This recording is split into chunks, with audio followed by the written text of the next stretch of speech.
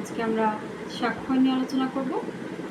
অর্থাৎ সাক্ষ্য আইনটা কি, তার আগে আমরা জানবো যে সাক্ষ্যটা কি, সাক্ষীটা কি। অর্থাৎ সাক্ষ্য হচ্ছে কোনো বস্তু, অর্থাৎ কোনো বস্তুর মাধ্যমে কোনো কিছু যখন প্রমাণ করা হয় সেটাকে বলা হয় সাক্ষ্য। আর সাক্ষীটা হচ্ছে যখন কোনো ব্যক্তি নিজে উপস্থিত হয়ে বিবৃতি প্রদান করে বা কোনো কিছু বলে যিনি সাক্ষী দেয় সেটাকে বলা হয় সাক্ষী। অর্থাৎ কোনো ব্যক্তির মাধ্যমে যখন কোনো সাক্ষী প্রদান করা হয়, সাক্ষ্য প্রদান করা হয় সেটাকে বলা হয় সাক্ষী, এবং কোনো বস্তুর মাধ্যমে যখন কোনো কিছু প্রমাণ করা হয় সেটাকে বলা হয় সাক্ষ্য। এই হচ্ছে সাক্ষী আর সাক্ষ্য বিষয়। তাহলে আমরা ক্লিয়ার হয়ে গেলাম যে সাক্ষ্য কি, সাক্ষী কি। এখন আমরা চলে যাই যে সাক্ষ্য আইনের কয়টি ধারা রয়েছে সে সম্পর্কে আমরা জানি। তো সাক্ষ্য আইনের হচ্ছে 166টি ধারা, অর্থাৎ 1 থেকে 166 ধারা রয়েছে এবং অধ্যায় রয়েছে 11টি। এই সাক্ষ্য আইনটাকে আমরা সহজভাবে বা সহজে আয়ত্তে আনার জন্য এবং মনে রাখার জন্য আমরা এই সাক্ষ্য আইনটাকে 3টি খণ্ডে বিভক্ত করব। তো 3টি খণ্ড কী কী? প্রথম খণ্ড হচ্ছে যে বিচার্য বিষয়, সাক্ষ্য বা প্রাসঙ্গিক বিষয়। ধারা হচ্ছে 1 থেকে 55 এবং অধ্যায় রয়েছে প্রথম এবং দ্বিতীয় অধ্যায়। তাহলে প্রথম খণ্ডটা আমরা 2টি অধ্যায়ের মধ্যে পেলাম, সেটা হচ্ছে প্রথম এবং দ্বিতীয় অধ্যায়। ধারা হচ্ছে 1 থেকে 55 এবং বিষয়বস্তু হলো 3টি বিষয়বস্তু। একটা হচ্ছে বিচার্য বিষয় থাকবে, সেখানে সাক্ষ্য থাকবে এবং প্রাসঙ্গিক ঘটনা থাকবে বা প্রাসঙ্গিক বিষয় থাকবে। এরপর আমরা চলে যাই দ্বিতীয় খণ্ডে কী বলেছে। দ্বিতীয় খণ্ডে বলেছে সাক্ষ্যর বিষয়টা, অর্থাৎ কীভাবে সাক্ষ্য দেবে। সাক্ষ্যটা হচ্ছে মৌখিকভাবে দেওয়া যায়, দালিলিকভাবেও দেওয়া যায় এবং সর্বশেষ হচ্ছে ডিজিটালের মাধ্যমে সাক্ষ্য প্রদান করা যায়। এই 3টি যে বিষয় রয়েছে, এই 3টি বিষয় ধারা রয়েছে 56 থেকে 100 এবং অধ্যায় রয়েছে 2 থেকে 6। এরপর আমরা চলে যাব যে তৃতীয় খণ্ডে আমরা চলে যাব। তৃতীয় খণ্ড হচ্ছে পদ্ধতিগুলো কী কী। পদ্ধতিটা রয়েছে যে অবশ্যই একজন যোগ্য ব্যক্তি থাকতে হবে, অর্থাৎ যোগ্য সাক্ষী থাকতে হবে এবং জবানবন্দি গ্রহণ করা, জেরা, পুনরায় জবানবন্দি এবং পুনরায় জেরা। এই সম্পর্কিত ধারা রয়েছে 101 থেকে 167 এবং অধ্যায় রয়েছে 7 থেকে 11। তাহলে আমরা জানলাম যে এই 3টি খণ্ডে 11টি অধ্যায় কীভাবে বিভক্ত করা হয়েছে এবং 1 থেকে 166 ধারা কোন কোন খণ্ডে বিভক্ত করা হয়েছে। তার প্রথম খণ্ডে আমরা পেলাম 1 থেকে 55 ধারা প্রথম এবং দ্বিতীয় অধ্যায়ের মধ্যে, এবং দ্বিতীয় খণ্ডে আমরা পেলাম 56 থেকে 100 ধারা, যেটা নাকি অধ্যায় রয়েছে 3 থেকে 6, এবং তৃতীয় খণ্ডে আমরা পেয়েছি হচ্ছে 7 থেকে 11 অধ্যায়, যেটা হচ্ছে 101 থেকে 167 ধারা। এই হচ্ছে সাক্ষ্য আইনের বিষয়বস্তু বা সারাংশ বা সারমর্ম, যেটা আমরা বলতে পারি।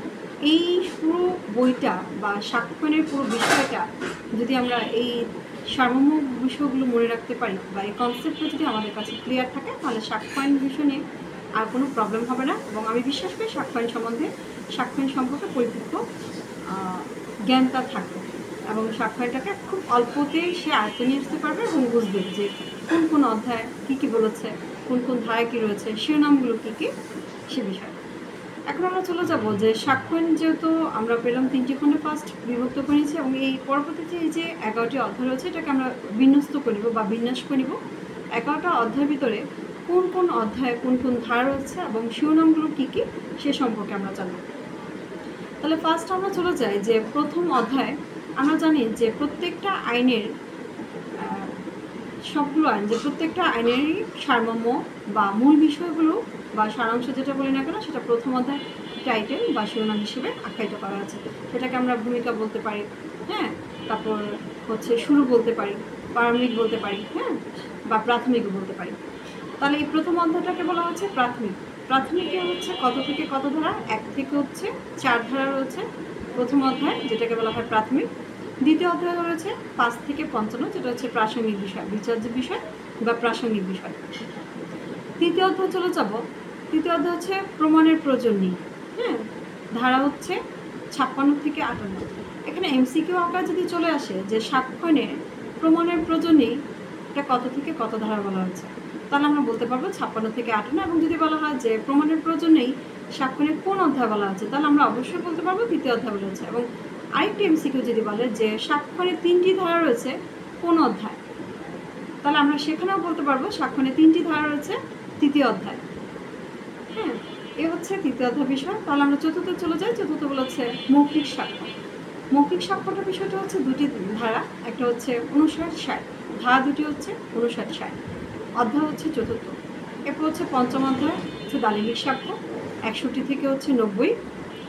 এরপর হচ্ছে 91 থেকে 100 হচ্ছে ষষ্ঠ অধ্যায়, অর্থাৎ দালিলিক সাক্ষ্য যখন প্রদান করা হবে তখন মৌখিক সাক্ষ্যটা বর্জন, অর্থাৎ দালিলিক সাক্ষ্য আসলে অবশ্যই মৌখিক সাক্ষ্যটা বিলুপ্তি হয়ে যাবে। এটা হচ্ছে ষষ্ঠ অধ্যায় আলোচনা করেছে। এরপর আমরা চলে যাবো সপ্তম অধ্যায় কি বলেছে। সপ্তম অধ্যায় বলেছে যিনি প্রমাণ দাবি করবে, অর্থাৎ তাকেই তা প্রমাণ করতে হবে, অর্থাৎ যিনি অস্তিত্ব প্রমাণের দায়ভার তারপর বর্তায়, অর্থাৎ যিনি প্রমাণ দাবি করবে তাকেই তা প্রমাণ করতে হবে। এটা হচ্ছে সপ্তম অধ্যায়। সপ্তম অধ্যায় হচ্ছে 101 থেকে 114, 101 থেকে 114 হচ্ছে প্রমাণের দায়ভার। এরপর চলে যাবো আমরা অষ্টম অধ্যায়, অর্থাৎ এই যে প্রমাণের দায়ভারগুলো পরবর্তীতে 115 থেকে 117 হচ্ছে স্বকার্যজনিত বাধা বা স্টপেল যেটা বলেছে। অর্থাৎ এখানেও যদি একটা এমসিকিউ আমরা বলি যে সাক্ষ্যয়নের 3টি ধারা রয়েছে কোন অধ্যায়, এখানে আমরা অষ্টম অধ্যায় পাবো। তাহলে 3টি ধারা হচ্ছে, যে 2টি অধ্যায় যে 3টি ধারা রয়েছে, একটা পেলাম আমরা তৃতীয় অধ্যায়, একটা পেলাম হচ্ছে অষ্টম অধ্যায়। এখন অষ্টম অধ্যায় হচ্ছে বাধার কথাটা যদি বলে সেক্ষেত্রে মনে রাখতে হবে স্টপেল যেটা রয়েছে সেটা হচ্ছে 115 থেকে 117। এরপর আমরা নবম অধ্যায়ে চলে যাব। নবম অধ্যায়ে কি বলেছে সাক্ষ্যের প্রসঙ্গে বা সাক্ষীর প্রসঙ্গে। সাক্ষীর প্রসঙ্গ হচ্ছে 118 থেকে 134, 118 থেকে 134 ধারা হচ্ছে সাক্ষীর প্রসঙ্গ, এটা হচ্ছে নবম অধ্যায়। আর দশম অধ্যায় হচ্ছে সাক্ষ্য গ্রহণ। সাক্ষ্য গ্রহণ হচ্ছে 135 থেকে 166। এবং সর্বশেষ যেটা একাদশ অধ্যায় রয়েছে সেটা হচ্ছে বিচারকের জন্য বলা রয়েছে, সেটা হচ্ছে গ্রাহ্য বা অগ্রাহ্য। এটা হচ্ছে 167 ধারা, অর্থাৎ একজন বিচারককে রিমাইন্ডার হিসেবে বা স্মরণ করার জন্য যে এই ধারাটা টোটাল বিচারকের জন্য, অর্থাৎ বিচারক যিনি বিচার করবেন তিনি যেন মনে রাখেন তিনি যেটাকে হ্যাঁ বলবে সেটা হ্যাঁ হবে, সেটা পরবর্তীতে আর না করা যাবে না, এবং তিনি যেটা না বলবেন সেটা অবশ্যই না, সেটাকে কখনো আর হ্যাঁ বলা যাবে না। অর্থাৎ এই পুরো 167 ধারাটাই টোটালটাই হচ্ছে সম্পূর্ণ বিচারকের জন্য। ঠিক আছে, তাহলে আমরা বললাম গ্রাহ্য বা অগ্রাহ্য যে বিষয় রয়েছে সেটা হচ্ছে 167 এবং অধ্যায় হচ্ছে 11। তো 11 অধ্যায় যদি আমরা বলা হয় এমসিকিউতে যে বিচারকের জন্য রয়েছে সাক্ষ্যের কত অধ্যায় সেটা বলতে পারি 11। ধারা যদি বলা হয় কত সেক্ষেত্রে আমরা বলতে পারি 166। অর্থাৎ যেটা একবার হ্যাঁ হবে সেটা হ্যাঁ, সেটা পরবর্তীতে না করা যাবে না, এবং যেটা না করা হবে সেটা পরবর্তীতে আর হ্যাঁ করা যাবে না, গ্রাহ্য অগ্রাহ্য বিষয় হচ্ছে। তাহলে এই হচ্ছে শ্রেণীবিন্যাস সাক্ষ্য আইনের 167 যে ধারা রয়েছে এবং 11টি যে অধ্যায় রইল সে বিষয়ে আমরা জানলাম। এখন আমরা জানবো যে সাক্ষ্য আইন প্রযোজ্য নয় কয়টি ক্ষেত্রে বা কোন ক্ষেত্রে সাক্ষ্য আইন প্রযোজ্য নয়। তাহলে আমরা জানি যে সাক্ষ্য আইনটা 5টি ক্ষেত্রে প্রযোজ্য নয় না প্রযোজ্য নয়। এখন 5টি বিষয়গুলো কি সে সম্পর্কে আমরা জানব। 5টি ক্ষেত্রগুলো কী কী? 5টি বিষয়গুলো হচ্ছে যে 3 বাহিনীর প্রধান যেটা রয়েছে, অর্থাৎ বিমান বাহিনী, সামরিক বাহিনী এবং নৌবাহিনী, এই যে 3টি বাহিনীর প্রধান 3 বাহিনী যে রয়েছে এই 3 বাহিনীর ক্ষেত্রে সাক্ষ্য আইনটা প্রযোজ্য নয়। তাহলে ফার্স্ট হচ্ছে কি সেনাবাহিনীর ক্ষেত্রে প্রযোজ্য হবে না, 2 নম্বর হচ্ছে বিমান বাহিনীর ক্ষেত্রে সাক্ষ্য আইন প্রযোজ্য হবে না, এবং 3 নম্বর হচ্ছে নৌবাহিনীর ক্ষেত্রে প্রযোজ্য হবে না, এবং চতুর্থ নম্বর হচ্ছে সালিসি কার্যক্রমের ক্ষেত্রে সাক্ষ্য আইনটা প্রযোজ্য নয়, এবং সর্বশেষ হচ্ছে যে হলফনামা রয়েছে, তারপর হলফনামাকে আমরা এফিডেভিটও বলতে পারি, শপথনামাও বলতে পারি, সেক্ষেত্রেও সাক্ষ্য আইন প্রযোজ্য নয়। এখন আমরা জানবো যে কেন প্রযোজ্য নয়। সেক্ষেত্রে হচ্ছে যে আমরা যে 3 বাহিনীর যে পেলাম, সামরিক বাহিনী পেলাম, বিমান বাহিনী পেলাম, নৌবাহিনী পেলাম, এই 3 বাহিনীর নিজস্ব একটা আইন রয়েছে, তারা তাদের নিজস্ব আইন দিয়ে পরিচালিত হয়, সেজন্য তাদের জন্য সাক্ষ্য আইনটা প্রযোজ্য নয়। এখন এদের সালগুলো আমরা জানবো যে সামরিক বাহিনী হচ্ছে 1952, বিমানটা হচ্ছে 1953 এবং নৌবাহিনী যেটা এটা হচ্ছে 1961। আর আমরা সালিসি আইন যেটা বললাম বা সালিসি কার্যক্রম যেখানে সাক্ষ্য আইন প্রযোজ্য না বা সাক্ষ্য আইন চলবে না সেটা হচ্ছে 2001 সালে এই আইনটা কার্যকর হয়। সেটা হচ্ছে অর্থাৎ কোনো যিনি সালিসি করবে সেই সালিসি করার পর আবার পুনরায় আদালতে বিচার কার্যক্রম পরিচালনা করা যায়, অর্থাৎ মামলা করা যায়, সেক্ষেত্রে সাক্ষ্য আইনটা প্রযোজ্য নয়। কারণ উনার তো বিচার করার ইখতিয়ার নেই, মানে মামলা পরিচালনা করার ইখতিয়ার নেই, হ্যাঁ, বা শপথ পাঠ করার ইখতিয়ার তার নেই, সে সালিসি করতে পারবে, সালিশ করতে পারবে, সেজন্য সাক্ষ্য আইনে সালিসি ক্ষেত্রে সাক্ষ্য আইনটা প্রযোজ্য নয়। এবং সর্বশেষ হচ্ছে যে আমরা দেখতে পেলাম হলফনামা রয়েছে, সেটা হলফনামা বলি আমরা, শপথ পাঠ বলি বা এফিডেভিট বলি, যেটা বলি না কেন সেক্ষেত্রেও সাক্ষ্য আইন প্রযোজ্য নয়। কেন প্রযোজ্য নয় সেক্ষেত্রে আমরা জানবো। সে বিষয়টা হচ্ছে যে সত্যপাঠটা হচ্ছে একজন সাক্ষী সত্যপাঠ যেটা বলছে সেটাই সত্য বলে ধরে নেওয়া হচ্ছে, বা সেখানে জেরা করার কোনো বিষয় নেই, বা তাকে জেরা করে যে পুনরায় সেটা বের করে নিয়ে আসবে সঠিকটা, সেটার সুযোগ নেই। এবং শপথনামার ক্ষেত্রে সেম একই, উনি শপথ করে যা বলছে সেটাই সঠিক, হ্যাঁ, এবং এপিডেভিটে যে উল্লেখ করে দিচ্ছে সেটাকে সত্য বলে ধরে নেওয়া হচ্ছে, সেখানে পুনরায় জেরা করার কোনো সুযোগ নেই। এই কারণেই হচ্ছে এখানে সাক্ষ্যয়নের প্রযোজ্য নয়।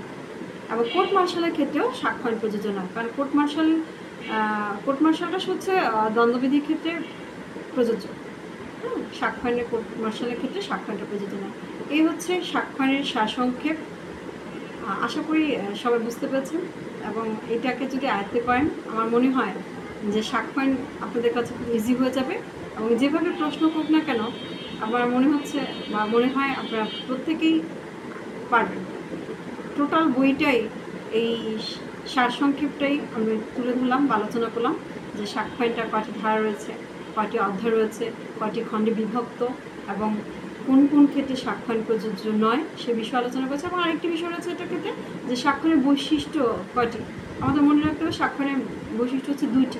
একটা হচ্ছে সাক্ষ্যয়নটা হচ্ছে আদালতের আইন, অর্থাৎ আদালতে সাক্ষী প্রমাণ দ্বারা আইনটা পরিচালিত হয়, অর্থাৎ এই সাক্ষ্যয়নটা হচ্ছে দেওয়ানির ক্ষেত্রে প্রযোজ্য, ফৌজদারির ক্ষেত্রে প্রযোজ্য, এবং ট্রাইব্যুনালের ক্ষেত্রে প্রযোজ্য, এবং বিশেষ আইন যেটা রয়েছে সেক্ষেত্রে প্রযোজ্য। এবং এটা হচ্ছে একটা ফোরাম আইন। তাহলে দুটি বৈশিষ্ট্য রয়েছে, একটা হচ্ছে আদালতের আইন আর দুই নম্বর হচ্ছে একটা ফোরামের আইন, অর্থাৎ বিভিন্ন ফোরাম থেকে এই আইনটা সংকলন করা হয়েছে, এটা কোনো মৌলিক আইন না। হ্যাঁ, ধন্যবাদ সবাইকে।